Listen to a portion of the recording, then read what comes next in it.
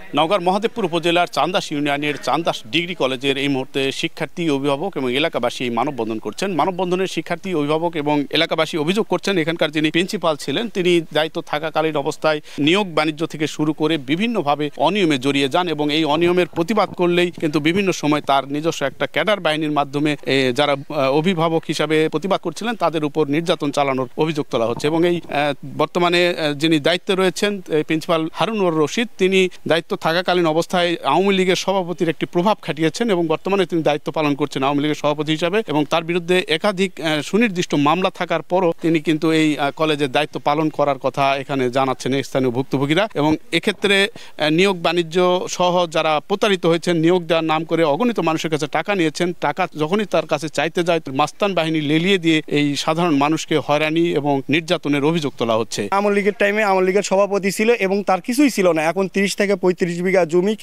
অনেক কয়টা পুকুর চাষ করিচ্ছে, এগুলো উনি কোথায় থেকে কিভাবে পালো? এই কলেজ থেকেই সব দুর্নীতি করে এগুলো করছে। 23 বছর ধরে চাকরি করে এখন বর্তমানে অবসরপ্রাপ্ত। তো আমি এই কলেজে একসময় টিচার হিসাবে ওই ম্যানেজিং কমিটির সদস্য ছিলাম। তদাকালীন সময়ে আমাদের চোখের সামনে সে 9 লক্ষ টাকা আত্মসাৎ করছে। তার পরিবার থেকে সে আবার নিয়োগ দিছে, এক এক করে একজনা দিছে এবং তার আত্মীয় স্বজনকে দিয়েছে এই কলেজেই। মানে ওর মন মতো আর কি করতে হয় সব কিছু। তার আমলে 20টি নিয়োগ হয়েছে। 20টি নিয়োগের যে অর্থ, সেই অর্থগুলো কলেজের কোনো উন্নয়নমূলক কাজে অংশগ্রহণ করেন নাই এবং উন্নয়নমূলক কোনো কাজও করেন নাই এবং তার নিজ স্বার্থে নিজ পকেটে তিনি এটা নিয়েছেন।